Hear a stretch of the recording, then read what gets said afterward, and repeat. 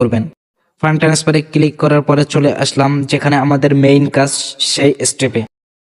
So আমরা এখন বিকাশ নগদ কার এনআইডি কার্ডে রেজিস্ট্রেশন করা আছে চেক করব। সো আপনারা দেখতে পাচ্ছেন নিচে বিকাশ নগদ বলে দুইটা অপশান আছে, ওই অপশানে আমাদের ক্লিক করতে হবে। তো আমি আগে যেহেতু নগদ চেক করব, এজন্য নগদ চেক করার জন্য আমাকে আগে নগদে ক্লিক করতে হবে। তো আমি আগে নগদে ক্লিক করে দিলাম। নগদে ক্লিক করার পরে এখানে আমার নগদ নাম্বার দিতে হবে, যে নাম্বারে আমার নগদ করা আছে সেই নাম্বারটা আমার এখানে বসিয়ে দিতে হবে। তো আমি আমার নগদ নাম্বারটা বসিয়ে দিলাম, আপনারা আপনাদের নগদ নাম্বারটি এখানে বসিয়ে দিবেন। তো নগদ নাম্বারটি বসিয়ে দিয়ে নেক্সটে ক্লিক করলাম। তো দেখতে পাচ্ছেন নেক্সটে ক্লিক করার পরে এখানে চলে আসছে যে নাম্বারটি কার নামে কার এনআইডি কার্ডে রেজিস্ট্রেশন করা আছে নাম সহ, দেখতে পাচ্ছেন চলে আসছে।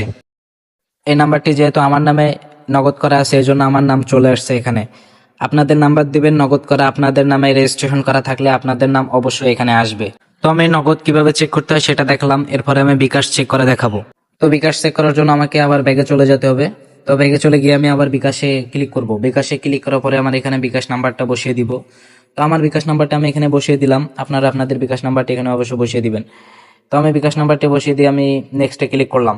নেক্সটে ক্লিক করার পরে এখানে আমার নাম, যেহেতু এটা আমার নামে বিকাশ করা আছে সেজন্য আমার নামটা চলে আসছে।